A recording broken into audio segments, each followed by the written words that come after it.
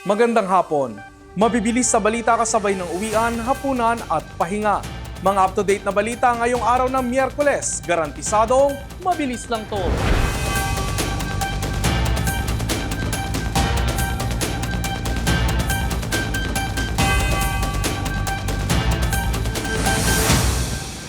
Hayagan ng sinabi ni Vice President Sara Duterte na tatakbo ito sa pagkapangulo sa 2028 Philippine Presidential Elections.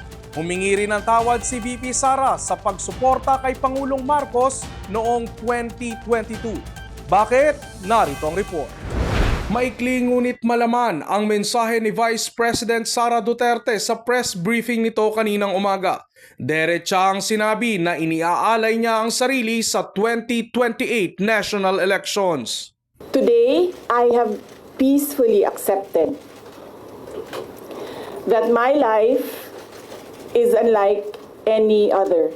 Mga kababayan, ibalik natin ang tapang at malasakit para sa Diyos, sa bayan, at para sa bawat pamilyang Pilipino. Ako si Sara Duterte, tatakbo bilang Pangulo ng Pilipinas. Alam daw nito na hindi niya kayang maging bahagi ng 2025 national budget na tad ng katiwalian ay pinili niyang kumalas sa gabinete kahit na ang magiging kapalit ay impeachment. Humingi rin ito ng tawad sa publiko sa pagsuporta kay Pangulong Marcos noong 2022 national elections. Mga kababayan, humihingi ako ng paumanhin, patawad kung tinulungan ko mahalal si BBM bilang Pangulo ng ating bansa. Patawad kung hanggang ngayon ay marami pa ring Pilipino ang nalulunod sa baha nang dahil sa malawakang korupsyon. Tanggap na raw ni VP Sara na ang kanyang kapalaran ay hindi tulad ng sa iba na ang mithiin lamang sa buhay ay maging masaya. May nakaatang na responsibilidad para sa bayan. Matapos ideklara ang intensyon sa kandidatura, hindi na ito nagpaunlak pa ng katanungan mula sa media. Una nang nagpahayag ng buong suporta sa anunsyong ito ng bise ang PDP laban. Sa kanila opisyal na pahayag, sumasalamin ang desisyon sa taos-pusong hangarin na ipagpatuloy ang tapat at matapang na paglilingkod para sa bawat pamilyang Pilipino. Ipinapakita lamang daw ng bise ang tibay ng loob at paninindigan para sa kapakanan ng bayan. Sa official FB page ni Senadora Amy Marcos, sinabi nitong si VP Inday Sara ang kabaliktaran ng administrasyong ito at magbibigay direksyon sa kawalang patutunguhan ng bansa. Shinare rin ito ni Senador Robin Padilla sa kanyang social media account. Samantala, ayon naman sa Malacanang, narinig at alam na ng Pangulong Marcos ang anunsyo ni VP Sara. Kaya naman daw, at ang sabi niya po ay good luck. Yun lamang po. pero hirit din ni Yusek Claire, huwag naman daw suluhin ni VP Sara ang credit sa resulta ng 2022 elections. Tandaan po natin, ang taong bayan ang naghalal kay Pangulong Marcos Jr. Kung ano man po ang natulong niya, pareho naman po sila nagtulungan dahil ito ay unity team.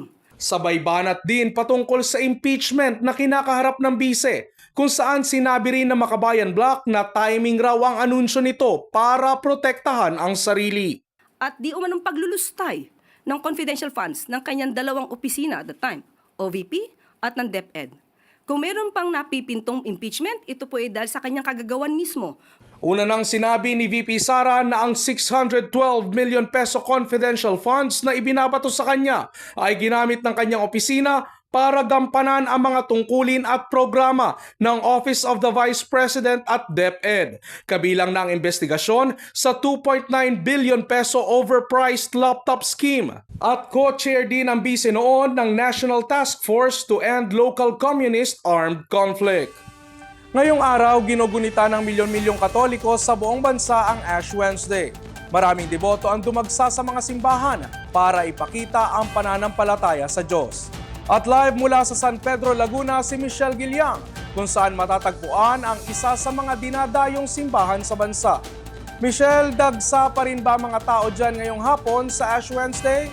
Ralph, tuloy-tuloy nga ang pagdating ng mga deboto dito sa Santo Sepulcro Parish sa San Pedro, Laguna. Ito yung simbahan na dinadayo dito sa Laguna dahil dito nakahimlay ang mahimalang si Lolo Uweng. Ang mga deboto na nagpupunta dito, taimtim na nagdadasal matapos mapahiran ng abo sa noo. Sa paggunita ng Ash Wednesday ngayong araw, opisyal na nagsimula ang panahon ng Kwaresma. Tanda ng 40 araw na paghahanda ng mga Katoliko para sa Semana Santa. Mahahabang pila sa mga simbahan, tahimik na panalangin at ang paglalagay ng abo sa noo. Yan ang larawan ng Ash Wednesday sa buong bansa. Sa bawat krus na guguhit sa noo, isang malinaw na paalala. Ang mga tao ay pansamantala lang ang buhay sa mundo, kaya mahalaga ang pagsisisi at paglapit sa Diyos. Ang mga deboto kanya-kanyang paraan para mapakita ang pananampalataya sa Diyos ngayong panahon ng Kwaresma. Ginagawa ko ngayon ay medyo tahimik ng konti ang kain. At yun, nagdadasal, nagmumuni-muni. Para po tayo sa mga Katoliko, mahalaga po yung pagpapahid ng abo, sakripisyo, itong Kwaresma. Ito nga after ng mass, hindi lang daw it's not all about meats or sa kinakain natin.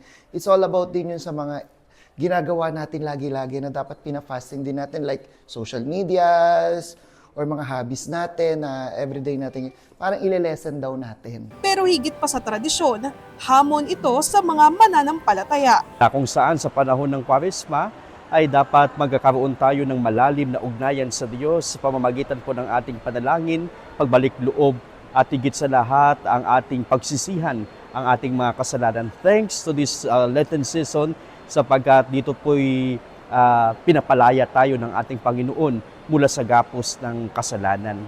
Dagdag pa ni Father Eliakim sa paglalagay ng abo sa noo, paalala ito sa atin na nagmula tayo sa alikabok at sa alikabok rin tayo babalik.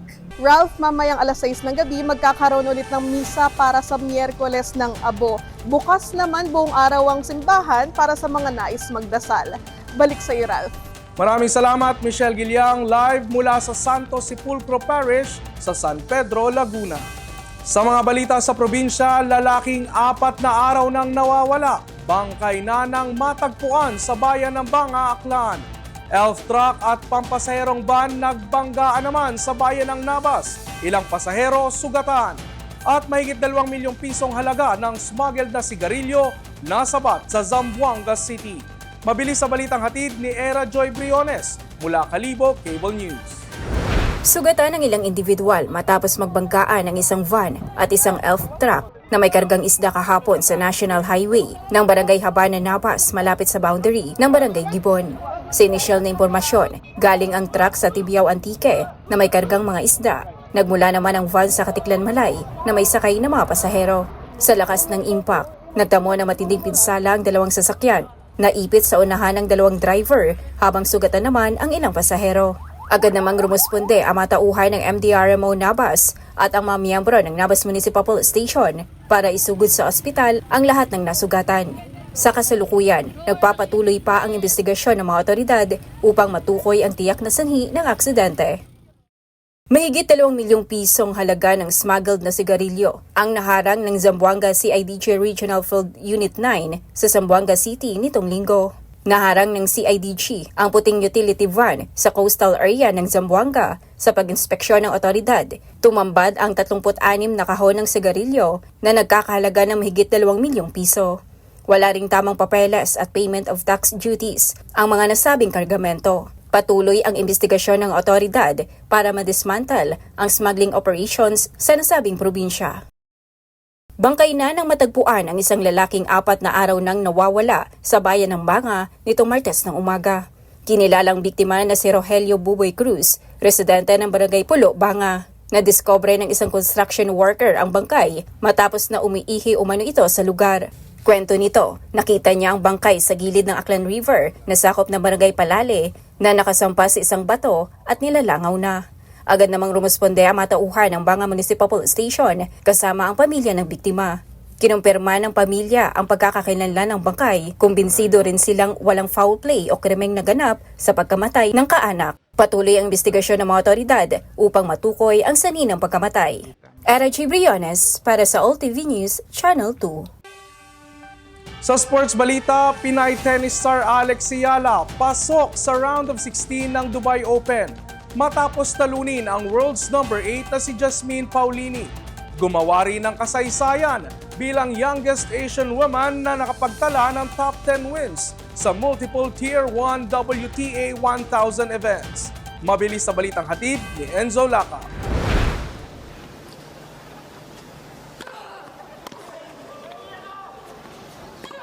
Ginulat ni Pinay tennis star Alex Ayala ang Dubai crowd sa pagkapanalo nito laban sa world's number 8 na si Jasmine Paolini sa round of 32 ng Dubai Open.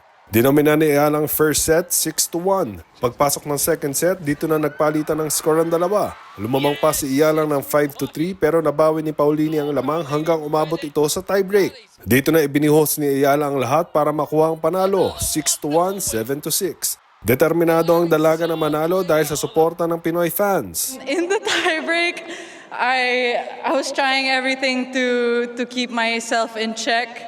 And in the change of ends, I was thinking, you know, this stadium is full of Filipinos. And tapos sabi ko, ilan kaya sa inyo yung nagdadasal para sa akin? I thought, you know, how many of them are probably praying for me to win, so I really had to give everything I got. And you definitely didn't disappoint at that. Susunod na makakalaban ni Ayala si Sorana Cirstea ng Romania sa round of 16. Ito na ang third career top 10 win ni Ayala sa kanyang professional tennis career. Samantala, gumawa rin ng kasaysayan si Ayala bilang youngest Asian woman na makapagtala ng top 10 wins sa multiple Tier 1 WTA 1000 events na unang nagawa ni Naomi Osaka ayon sa Tennis Channel. Hi everyone, thank you so much for the support out there. I'm super happy to be in the next round here in Dubai. I hope to see you tomorrow and I'm happy you guys enjoyed. Enzo Lacap, All TV News, Channel 2. At yan ang mga balitang nakalap ng All TV News ngayong hapon. Para sa iba pang balitang mabilis, bisitahin ang aming website, alltv.ph/news. I-like at i-follow din ang aming social media accounts at mapapanood nyo na rin po kami sa Planet Cable Channel 3. Ako si Ralph Lopez. Magandang hapon.